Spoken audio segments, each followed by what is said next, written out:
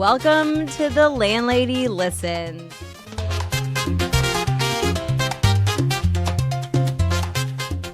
The podcast where we talk all things real estate, development, and the mindset it takes to build your dream life. Okay, hey guys. It's Landlady.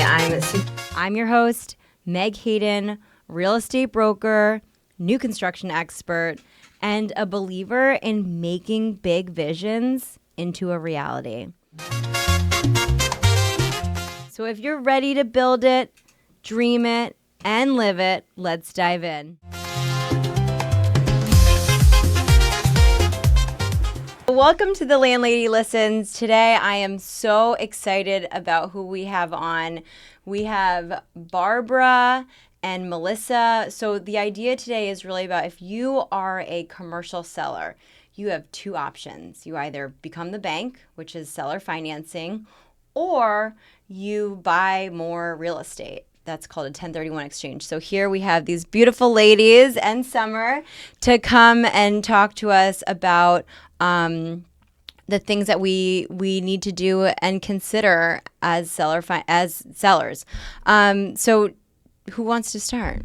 I guess I can start. Okay. So I do think it's really important whenever we're counseling with a seller about tax implications. So that is kind of the heart, right, of what we're talking about here is that if you're selling a property, if it's primary residence, that's pretty easy. We can take care of that. But if you're selling an investment property or a piece of commercial land or a business, there's going to be other considerations that need to be factored in. Yeah. And one of those tax conversations would lend to the idea, okay, well, what are you planning to use these proceeds for in subsequent transactions? And Barbara knows because I call her all the time and I'm like, hey, my client's having a closing in like 3 days and now he just told me he wants to reinvest this money. But it's not that simple. A 1031 requires a little bit of planning. So it's a conversation that would be, I think, better suited at the time of the listing. Absolutely. So as That's an agent, what I do, yeah. I'm so thrilled that you're having that conversation. If I get the client and it's not 3 days before the closing, which I prefer, we usually would start that dialogue with them at that point. Yeah, I do both. I say, listen, you could either become the bank, you do seller financing, which means instead of it being Bank of America, it's going to be you. As the bank, you typically are going to want anywhere from 20 to 30% down, probably more if you're opening up a restaurant, and just explaining to them that would be in their name until the note is paid, either refied or paid off. But then the other option is to do the 1031 exchange, which allows you to not get hit with capital gains, and that's something I really wanted to go into as well. So, and just one caveat: in order for the seller to hold financing, they generally can't have a mortgage as well, or they would have to have a very small mortgage because, let's say you're selling the property for $750,000 and you're going to lend $500,000. Well, if the seller has a $500,000 mortgage, they need that $500,000 in order to pay off their debt. So that's just the one little caveat about holding paper is most of the time if we're going to see seller held financing, they would be debt free or very minimal debt on the property. And is that the same thing for a 1031 exchange? No. No, the 1031 exchange is a great tool for an investor if they intend to continue their investment in real estate because it does allow them to do that completely tax deferred, providing that they're reinvesting. The general rule is they need to be reinvesting equal to or more than their sale price, as adjusted by certain things such as the commissions, attorney fees, tax stamps, that type of thing. It's not, however, reduced by a mortgage. So when we're looking at what do you need to reinvest, the mortgage is not, not taken into account. It's just whatever the gain is. It's not the gain either. That's a common misconception. IRS is looking for the investor to continue their investment at the present level. And that's why they allow you to do it tax deferred because And what does tax deferred mean for those who are listening? It's not completely tax forgiven, but rather, I don't want to get too much into the weeds with tax because we'll lose everybody. But it's important because, people who are listening to this are developers, they're investors. Yeah. So to understand what a tax deferral is, I think it is important. That's a question that I get asked all the time. So what we mean by that is when you do a 1031 exchange, what happens with the property you acquire is you get a carryover basis in that property. So whatever your basis is in the property you're selling, which may be quite low. If you've owned the property for a long time, basis is generally your cost plus any capital improvements made over the years minus depreciation. That would be your basis in the property being sold. Okay, say that again. It's generally your cost. So whenever you bought the property 20 years ago, whatever you paid for it, Okay. plus any capital improvements made over the years, new roof, addition, those types of things, minus any depreciation taken over the years. So when you file your tax return each year, you're allowed to write off a portion of your cost each year on your tax return. So that in effect will reduce your basis as well for gain or loss. Okay. So when you do a 1031 exchange, your basis in the new property starts as a carryover basis in what your basis in the old property was. And so if you were to turn around and sell that property shortly thereafter, your basis isn't the amount you just paid for it, but rather your basis is a carryover from the basis in the property you sold. So can you give us like an example? Let's just make easier With numbers. Yeah. So like, let's say it's $1 million. Well, yeah, give me an easy number. Okay, so if you bought the property, let's say you bought the property for $100,000, and you didn't make any capital improvements to it, but you've owned it for 10 years. So every year you've been writing off $2,000 in depreciation. So if you've owned it for 10 years, that's $20,000. So you paid $100, you've written off $20, and so now your basis in that property is $80,000. So when you buy, if you're doing a 1031 exchange, you sell that property, let's say you buy new property for $500,000. Your basis starting point in the new property is the $80,000, not the $500 that you're paying for it. Okay. So if you were to turn around and sell that property now for $550,000, one might think, well, I only have a $50,000 gain because you bought it for $500,000. But no, in a 1031 exchange, your basis starts with the carryover basis from the property you sold. Now you would be adding to that. So if you were to sell that $100,000 property for $250,000 and buy property for $500,000 in an exchange, well, now you're adding $250,000 to that Original purchase. 80,000 basis. Yes. Right. So any additional monies that you put in over and above the selling price of the relinquished property is added to your basis. But that's what we mean by tax deferred. So IRS would get that money back. You would be taxed on the higher amount when you sell that 1031 property. But I think the important part, and the way I try to explain it to clients without getting too deep, is that they are not going to pay capital gains on the sale of the initial property at the time of closing, Right, because the deferment means that when they sell a replacement property, that's when they're going to have to true it up. And I think a lot of times our clients will try to do this as younger professionals or people who are still making a lot of money, with the expectation is they're going to defer those taxes to a time where maybe they are not such a high wage earner, and then they're going to have a lower tax bracket or just be in a position where they're better prepared to pay those tax liabilities. Or you could continue to exchange. Totally. Yeah, you can continue to exchange. And if you die owning the property, you do get a step up in basis. So just hold it on until death. swap till you drop, baby. You didn't learn anything from today. That's our tagline. Swap till you drop. That is hilarious. Well, and I think there's just so much logistics of learning the language of 1031, right? Because we've talked about tax basis, we talked about replacement property, the relinquished property, right? So I think that really those are kind of the nuggets that you have to have an expert like Barbara helping you through, or an attorney that can at least guide you as to what these things mean. So, and we generally bring the CPA in as well. We always ask our clients to have a conversation with their CPA. Sometimes an exchange doesn't make sense. It may seem to on its face, but if they have such things as passive activity loss carry forwards, it may offset. I'm like, which is what? It may We're here to learn.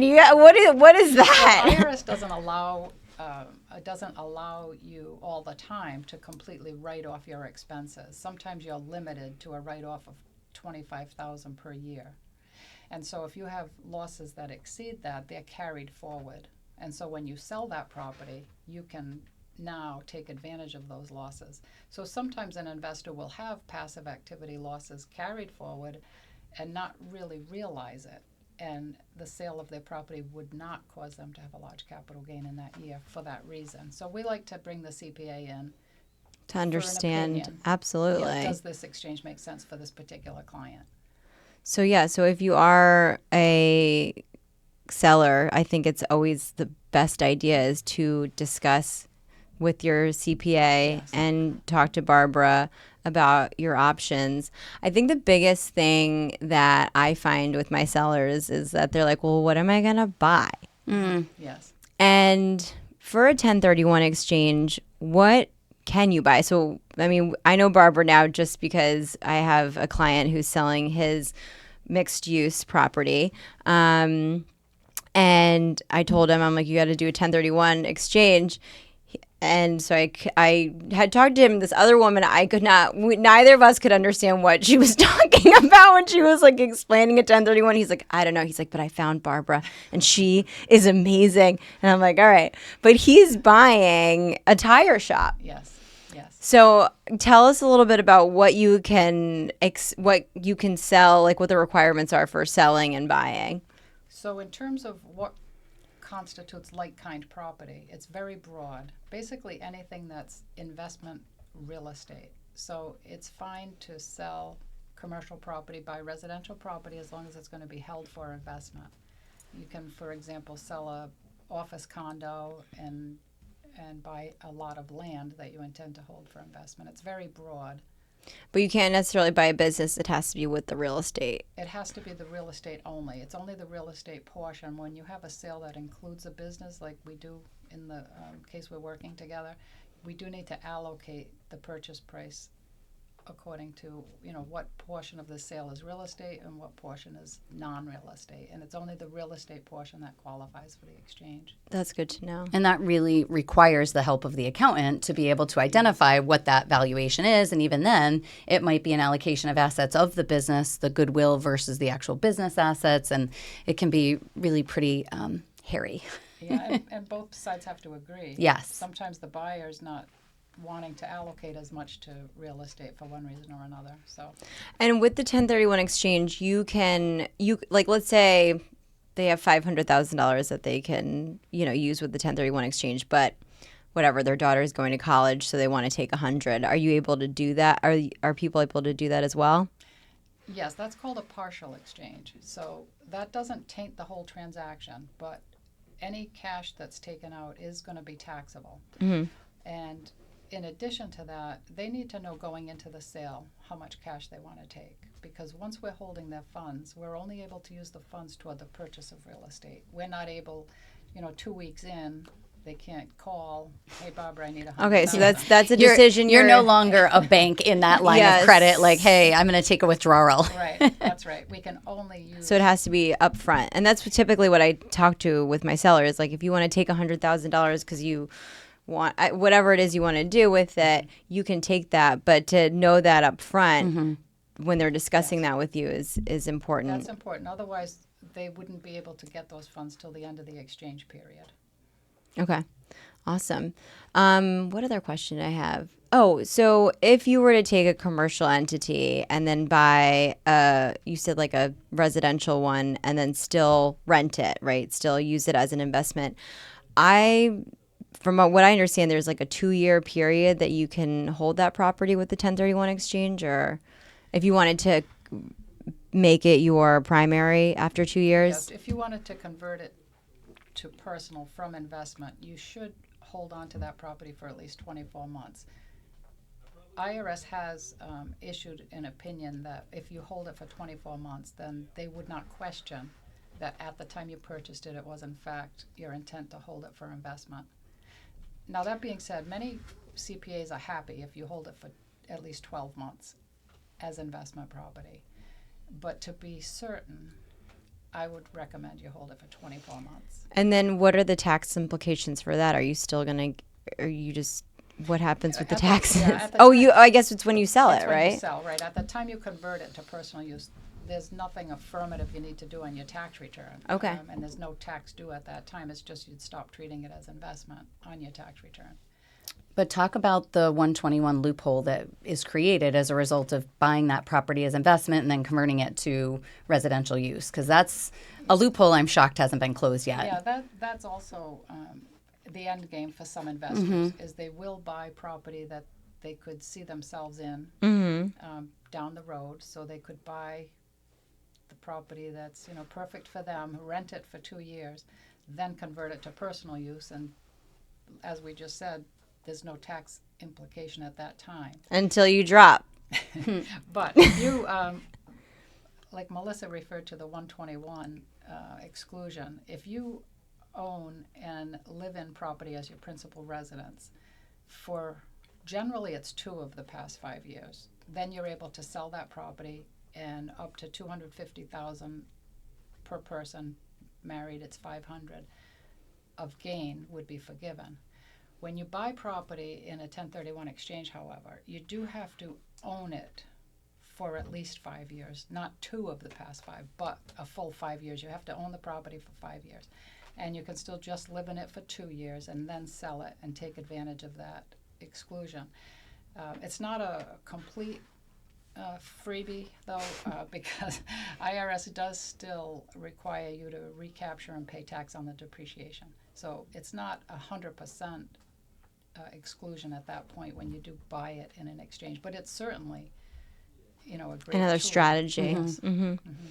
Awesome. So why don't we, is there anything else what about the timelines for a 1031 the exchange? timing is very important in an exchange. From your date of closing on your sale, you have 45 days in order to identify up to 3 target properties that you want to use your exchange funds for.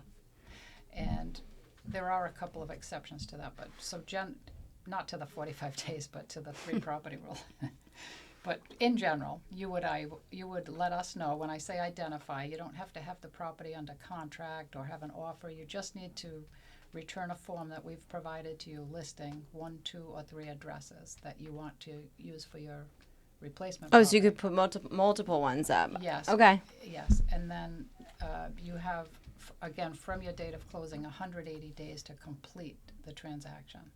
So if you're able to locate property by day 45, ordinarily you can close in 180, but sometimes if it's a short sale, I know, which we're fortunately not seeing a lot of these days. But what happens if all 3 of those properties fall through and they end up wanting to buy something else and still do it within that 180 days? Yeah, can they? They cannot.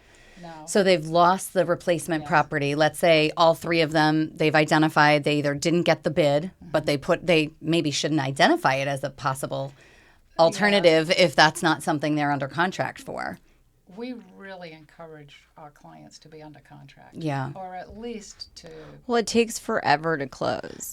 Commercial it can stuff. in commercial, but if there's no financing, it's really a lot less restrictive. So if they're able to use all of the 1031 proceeds to acquire that new property, that replacement which is probably property, not like a ton of people. it's probably also. not. Unless they've had a really substantial gain on the initial investment, I would think that there would be some financing. And that is the big question as to how quickly that lender can move. Mm-hmm.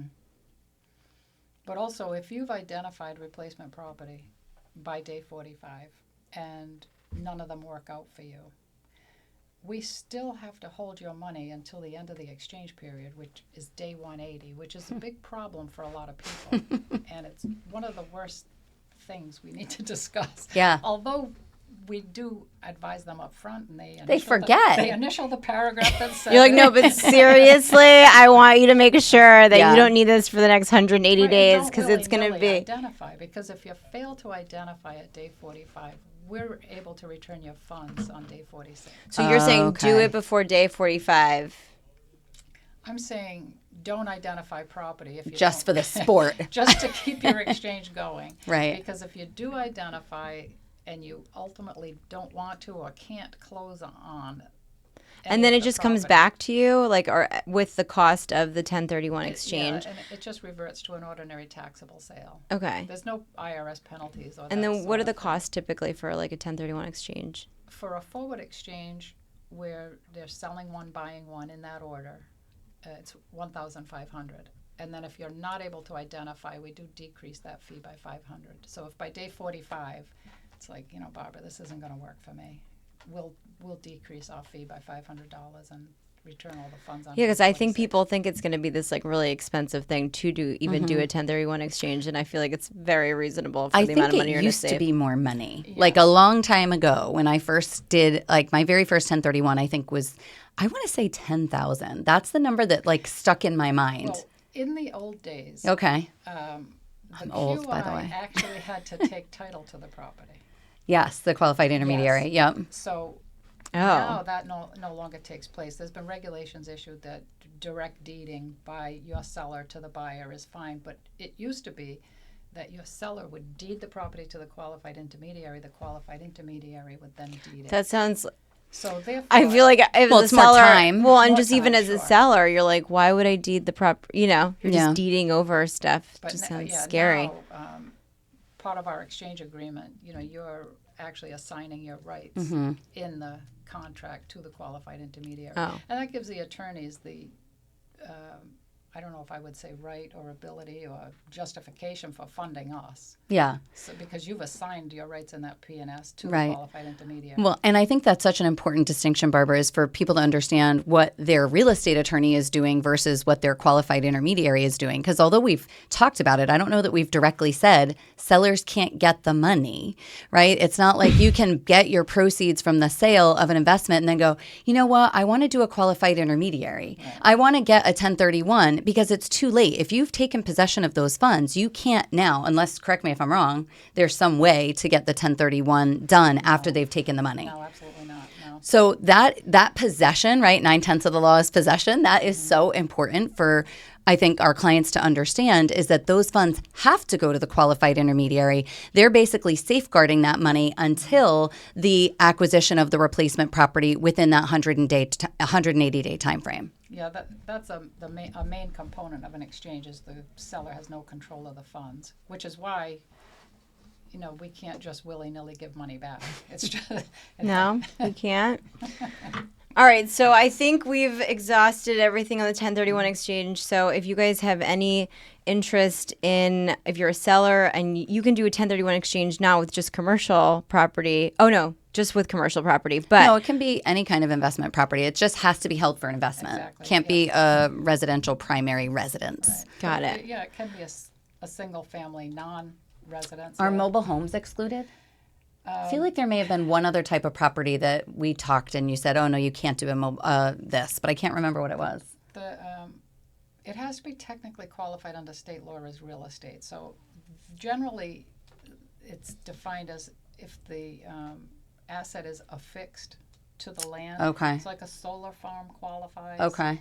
But a mobile home, I believe, if it's probably not because it's not real. Well, but I maybe think the land. If it's on definitely the land, but I believe if it's on a foundation, it qualifies. Yeah, and there's some really weird rules too that if the mobile home is taxed as real estate and then the homeowner pays it, but I don't know if that would be enough for, because ultimately at the end of the day, this is all tax, and tax is a assessment of risk. And if you don't want to do something that's extremely risky, or your accountant is recommending that you don't do something risky, doing a 1031 on that type of property wouldn't be a great choice. But I've had clients do 1031s on multifamilies. So in fact, one that your Ackaway handled was they were living in a 3-family. So one portion was primary residence, 2/3 was investment, and we had to go through an allocation of, is it 1/3, 2/3, because my client's unit was actually bigger. So then we spent a lot of time as to how much they could actually allocate to the residential versus the investment. And he was actually downsizing into a property that was only a 2-family. So he was able to do that where a portion of it was a residential property. He was able to get so money, interesting. the primary residence. He was able to get the proceeds from the primary residence sale that was remainder. And he was going to potentially face some taxes, but the rest was just reinvested into the other multifamily. That's so smart. Mm-hmm. So, all right. So then we're going to go into this idea of seller financing and what you can do. So that could not only be for a commercial seller, but it could also be for just a regular seller that doesn't have a commercial entity. They have their own primary residence. Right. Yeah. I mean, we've seen seller financing for primary residence, especially with family transactions. So this is something where mom and dad are the holders of the property. They don't have a mortgage. They want their child to take over the property, but they know, especially right in today's market, the rates are not particularly advantageous. So they're going to charge them a more palatable rate. So maybe it's going to be 4% that the young child, not too young, but the child is going to pay over a term of years in favor of the parents. So yeah, I mean, I think it's a great asset. Or I always talk to, if buyers have 20 to 30% down. I always recommend just even asking if the seller would be open to doing seller financing, even a portion of it. And I think it's just a great strategy. And I think it's a great strategy that a lot of families don't know of. Like, hey, when I die, right, sell this house, keep it in the trust in our name, and then you'll continue to get a mortgage payment for the next 30 years or 35 years. That's the whole benefit, is that the person who's selling the property may not need all that lump sum money right at the jump, but having that stream of income is actually a better use for them because now they're able to do it. And it gets into an installment sale and there's taxes and, again, things that we would recommend getting their accountant involved in. I often will have people say, well, I don't want to charge interest, but, the IRS is going to impute interest. So it's important that we make sure. What do you mean impute interest? They basically say you can't have an interest-free loan. Oh, so you always have to make money. Right.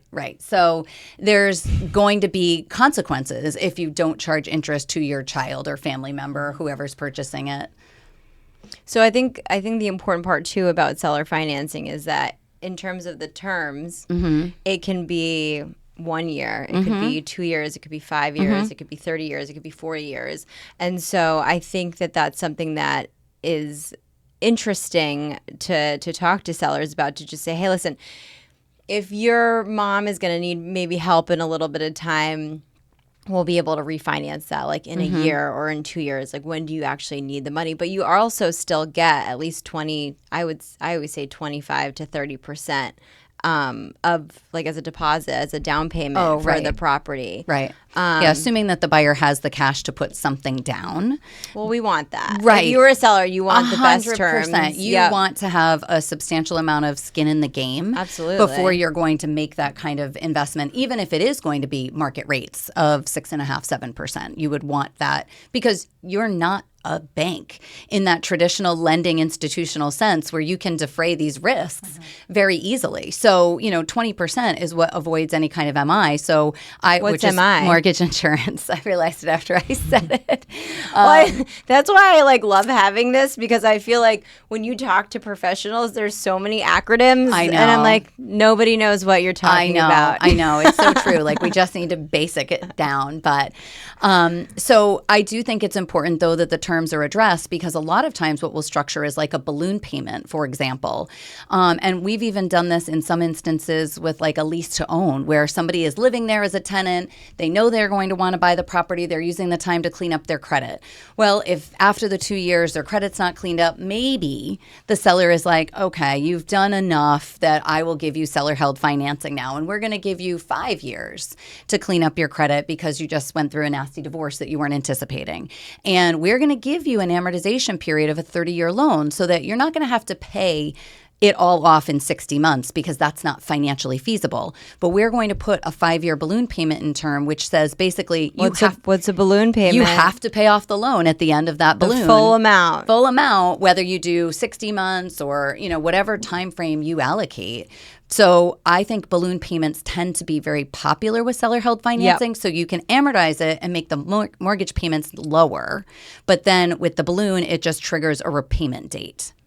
And then at that point, you can refinance or hopefully, or if you're still not able to get a loan. I did have one instance where we extended the repayment term. So we extended the balloon a couple of times. That client eventually foreclosed on that particular homeowner because they just couldn't get the financing together.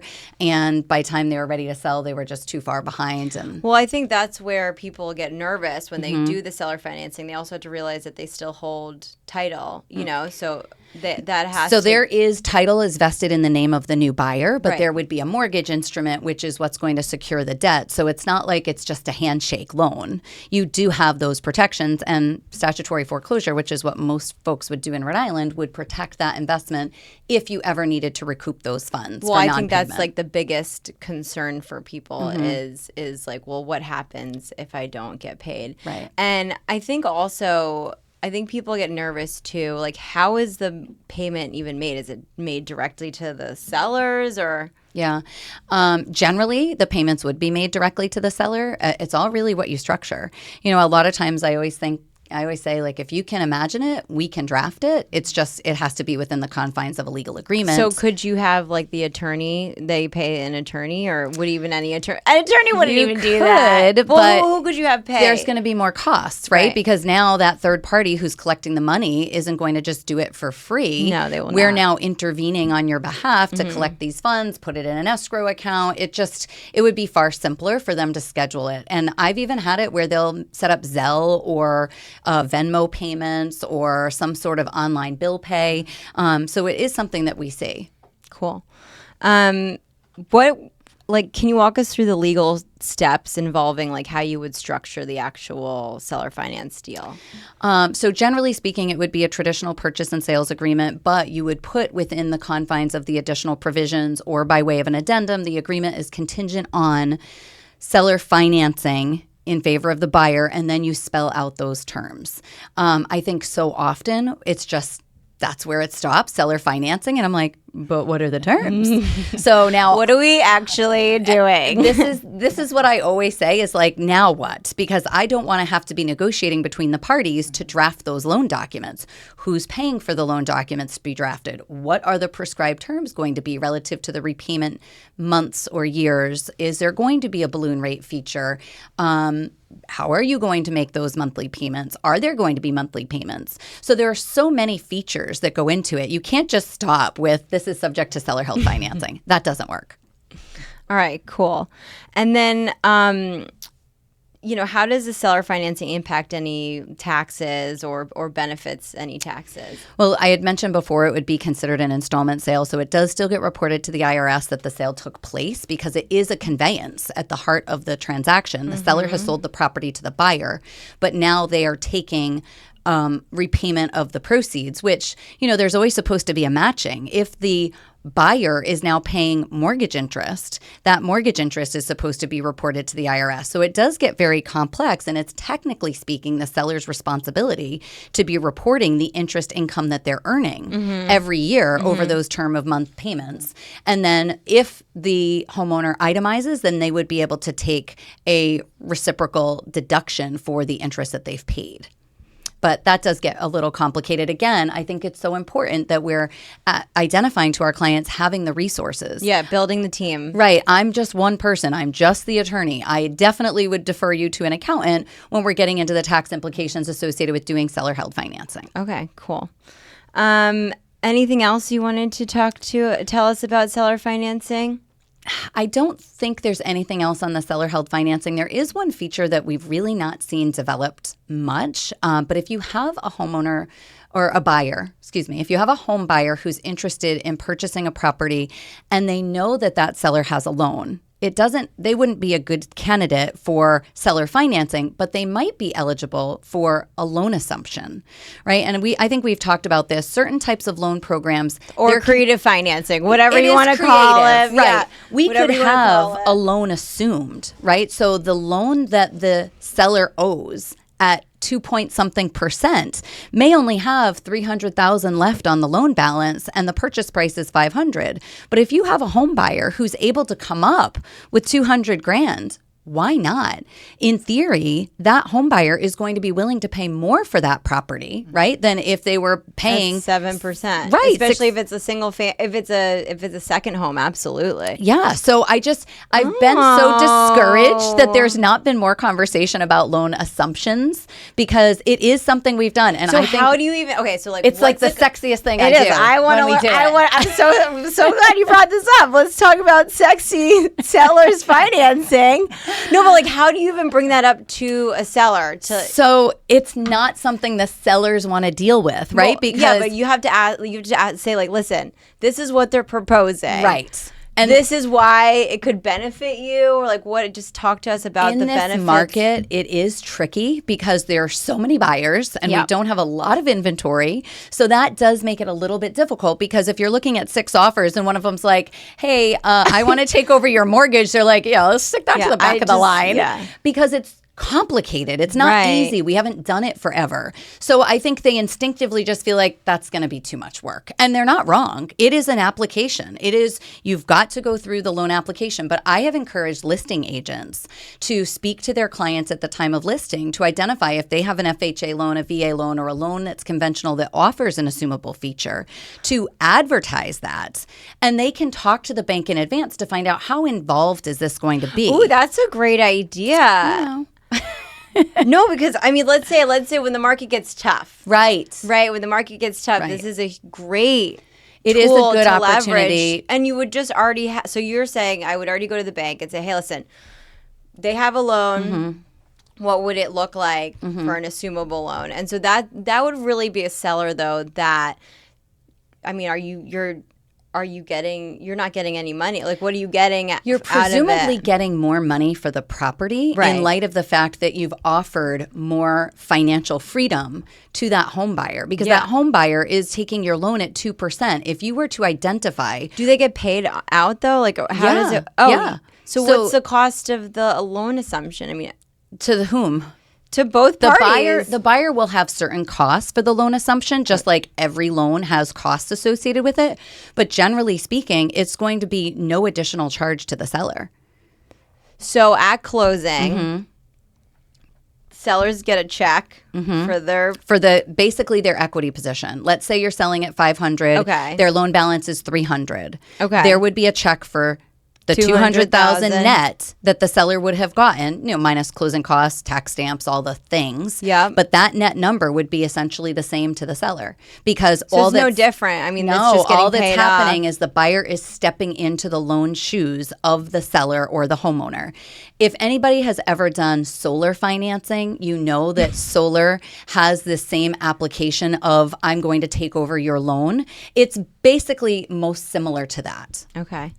Interesting. Is the seller's original mortgage forgiven? No, the original mortgage is not forgiven. It's modified with an agreement that becomes recorded that says we have substituted this buyer and why isn't everyone doing that? Because it's a lot of work and nobody wants to do things that are new well, that they don't know. Are you talking about 5% on $500,000? It's kind of worth it. Totally. And again, this is speaking, I think, to the idea that a buyer, as long as they have the cash positions, the buyer would be willing to pay more money because you just gave them a major monthly savings of a 3% loan versus a 6% loan. So it is really substantial. I forgot your question, Barbara. Well, I was just asking about the risk to the seller. So they're not.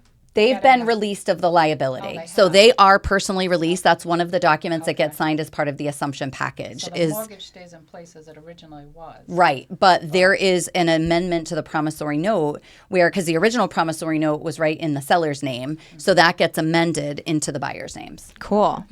All right. Mortgage is assumable, I'm sorry. Not all loans are assumable. All FHA loans and all VA loans are assumable. Okay. The caveat about VA is that it will still use the VA benefit.